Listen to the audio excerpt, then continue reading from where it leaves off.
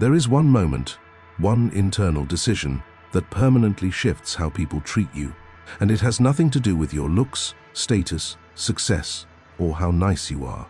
It's this: the moment you stop trying to control how others perceive you, the second you stop bending to manage their comfort, their approval, their expectations, that is when everything changes. That's when people feel the shift, not because you said anything, but because your energy stopped apologizing for existing. Lao Tzu said it clearly: care about what other people think, and you will always be their prisoner. And most people are imprisoned, not by society, but by their own conditioning. They move through life performing politeness, shrinking truth, editing presence, and underneath it all is a single fear: if I stop pleasing them, they'll stop accepting me. But here's what actually happens. The moment you stop betraying yourself, people start responding to you with more respect. Why? Because you're no longer energetically available to be minimized. This doesn't mean becoming rude. It means becoming whole. It means choosing to express instead of suppress, to say no without performance, to walk away without over-explaining, and most importantly, to stop waiting for permission to be fully you. Because until that shift happens inside, the world will keep reflecting your hesitation. People treat you the way you treat your own voice. They mirror back the boundaries you either hold or abandon. You want to be seen differently, respected differently, loved differently? Then this is the one thing you have to do. Stop negotiating your authenticity. That's the shift. The internal click that reprograms every relationship in your life. Romantic, social, professional. You no longer orbit other people's moods. You become your own center of gravity. And when that happens, you don't even need to demand respect. It just starts happening, because energy doesn't lie. You can say all the right things, but if you're still seeking approval underneath your smile, people feel it. If you're saying "I'm fine" when your body is screaming otherwise, they feel that too. And they treat you accordingly. But the moment your energy aligns with your truth, without apology, without performance, the people around you adjust, or they disappear. And either way, you're free. And if this content is making sense to you, then click the subscribe button and subscribe to the channel. Thank you for your support. You've spent enough time being who others needed you to be. This next chapter, it begins with one simple shift. Stop trying to be liked. Start choosing to be you, fully. That's when people will finally see the real you. That's when the right ones will rise, and the wrong ones will fall away. The subtle ways you abandon yourself, and how to reclaim your presence. Self-abandonment doesn't always look dramatic. It's not always loud. Often, it's in the small moments. The nod you give when you actually disagree. The laugh you fake to keep the peace. The "it's okay" you say when it's really not. These aren't lies. They're survival strategies. Scripts you learned to stay safe, accepted, and unbothered. But over time, these small betrayals add up. And what they cost you is presence, real presence. Because when you're constantly scanning the room to stay acceptable, you lose connection with the one person who actually matters, you. Carl Jung would say this is the unconscious trying to stay loved through adaptation. But adaptation becomes distortion when it disconnects you from your truth. And here's the catch. People sense that distortion. They don't always know what's off, but they feel it. And they treat you accordingly. Not because they're cruel, but because you're not commanding clarity. You're not radiating alignment. You're leaking energy into managing perception. When you abandon yourself, you train people to relate to your mask, not your essence. And the mask always needs maintenance, more explanation, more people-pleasing, more anxiety. You start fearing rejection, not because it's dangerous, but because rejection of the mask feels like rejection of your survival strategy. That's why dropping the mask feels so terrifying, but also so freeing. Reclaiming your presence starts with one commitment: no more shrinking, not in tone, not in opinion, not in energy. You don't need to be loud, but you do need to be clear.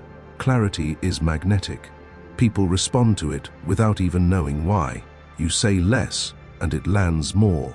You take up space, and it settles the room. You move without explanation, and others feel the shift, not because you forced it, but because you stopped asking for permission. Presence isn't about performance. It's about congruence. Your energy matches your words. Your yes means yes. Your no doesn't tremble. And even when you're uncertain, you own it. That's what people respect. That's what creates safety. Not just for you, but for everyone around you. Because when you stop abandoning yourself, you invite others to do the same. You become a mirror of what it looks like to show up whole. And not everyone will like that. Some will pull away. Some will challenge it. That's okay. That's the filtration system working. Because the people who can only relate to the version of you that people pleased were never actually relating to you.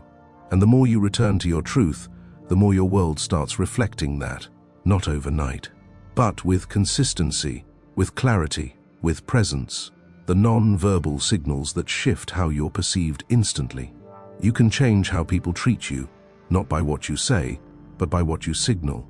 Long before words are exchanged, people are already reading you.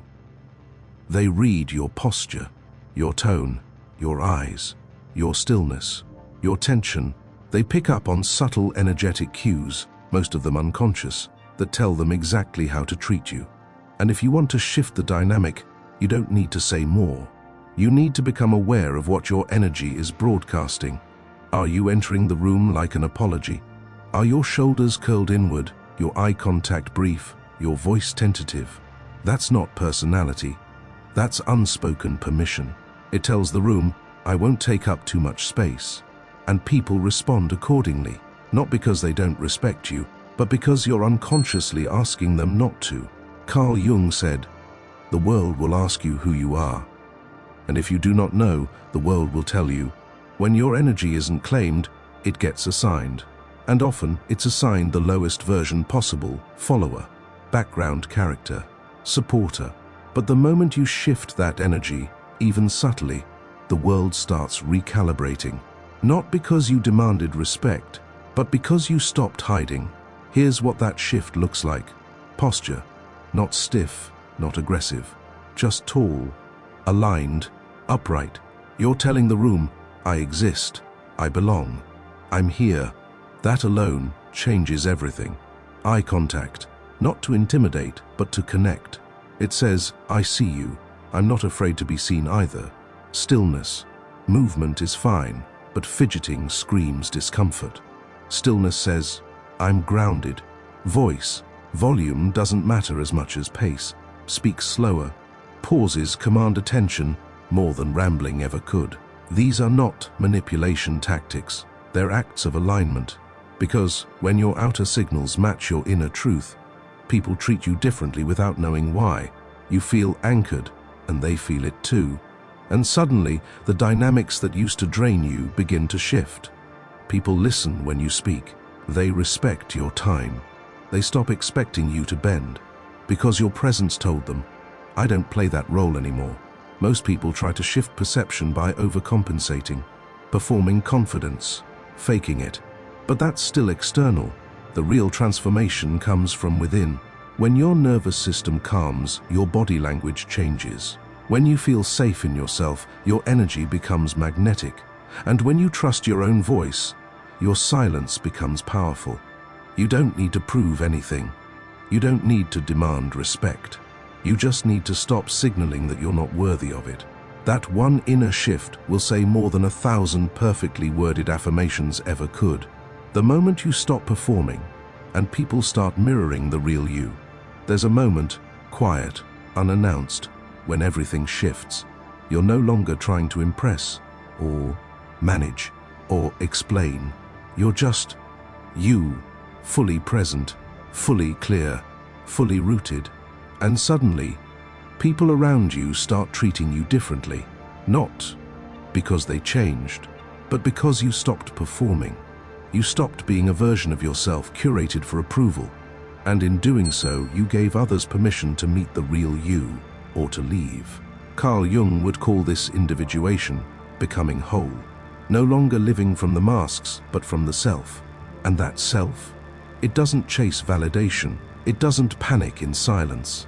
It doesn't adjust its truth to make others comfortable. It simply is. And the more time you spend in that energy, the more your reality changes. Not through force, through resonance.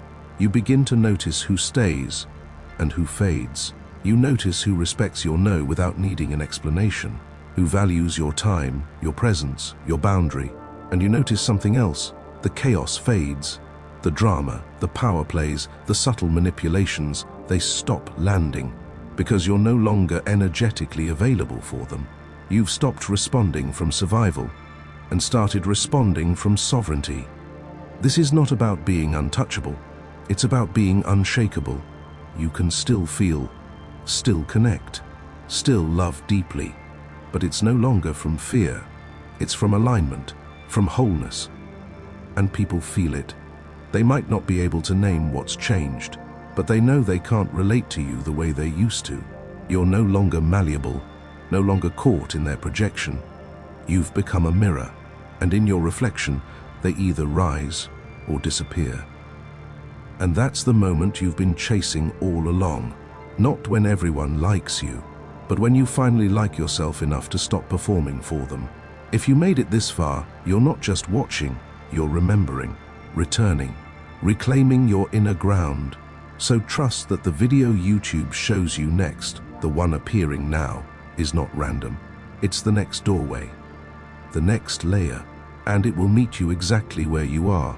If this resonated, take a moment to subscribe. Drop a comment below, not for the algorithm, but to mark this chapter in your journey. We'll see you in the next depth. Depthoria continues.